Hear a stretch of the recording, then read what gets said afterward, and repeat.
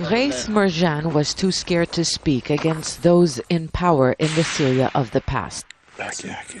That is why the Syrian journalist says he will no longer be intimidated by the new authority. He has long documented the war, the killings, the shelling by government forces, but he is now also focusing on what he calls the mistakes of the opposition. He shows us what he says is proof of how some rebel brigades operate outside the law. In this video, a group of armed men storm a school and ransack it because they were trying to arrest a member of a rival brigade. I need to highlight what is going wrong, because that is the only way to protect the revolution.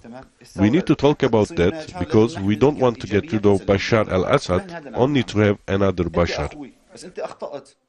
He showed these scenes to the court, which is run by opposition groups in the city. Those involved in the raid, he said, were forced to leave Aleppo.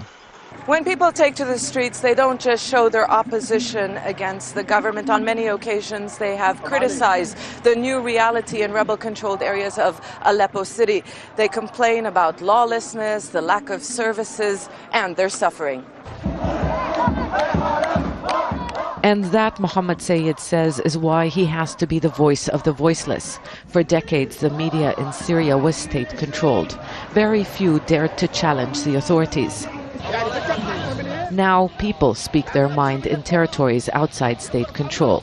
But he says there is a different kind of danger, especially since those with arms have at times turned their guns on each other. Many people now have guns, because at the beginning they took up arms against the government. Now we see kidnappings and theft. There is no security. Maybe we have 1,000 Bashars now. All are powerful. The opposition is made up of many groups with different agendas. Some call it a democracy in the making. Others warn that a past where force was used to rule is being replaced by a newfound freedom where the power of the gun is the strongest voice. Sana Khudr, Al Jazeera, Aleppo City.